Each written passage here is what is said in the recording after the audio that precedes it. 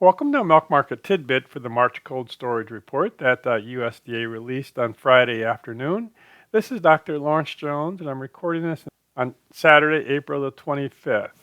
So the cold storage report comes in usually right after the milk production report, and then we get the dairy products report to kind of put everything together for a month.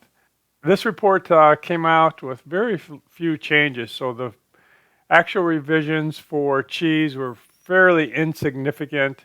They did increase the cold storage of butter by about 2.5, 3 million pounds. Now, compared to my projections, the actual came in right on top of it, and StoneX was probably about 5 to 4.7 million pounds, a little bit too high. So here's a graph of the cheese stocks. We've been on very much an upward trend. Broke it somewhere in 2023, and then it's been declining ever since. And I guess the question I have is, did we get over our skis and put too much cheese in the cold storage in 2022, 2023? And the trend that we're on now did actually start back here in about 2023. So again, came up just a little bit, but very much on a downward trend on stocks. So where did this actually come in? If we look at the history, we've kind of gyrated between adding nothing to adding up as much as 35 million pounds back here in 2016. Right now we added about 13.5, and that's very consistent, kind of the average of the last 5 years.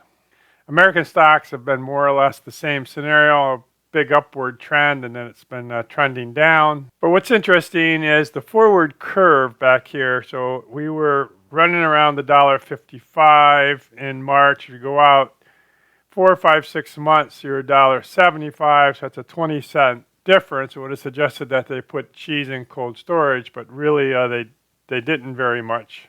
Other stocks have been on a little bit of a slower downward trend, but they also came up from last month. The one that's starting to grow is Swiss stocks. Again, there's a lot of variability with this. There's very small numbers here, but we've definitely been building stocks on that. Now, when it comes to butter, the StoneX estimates were almost 20 million pounds lower than what actually came in. My estimates were pretty close.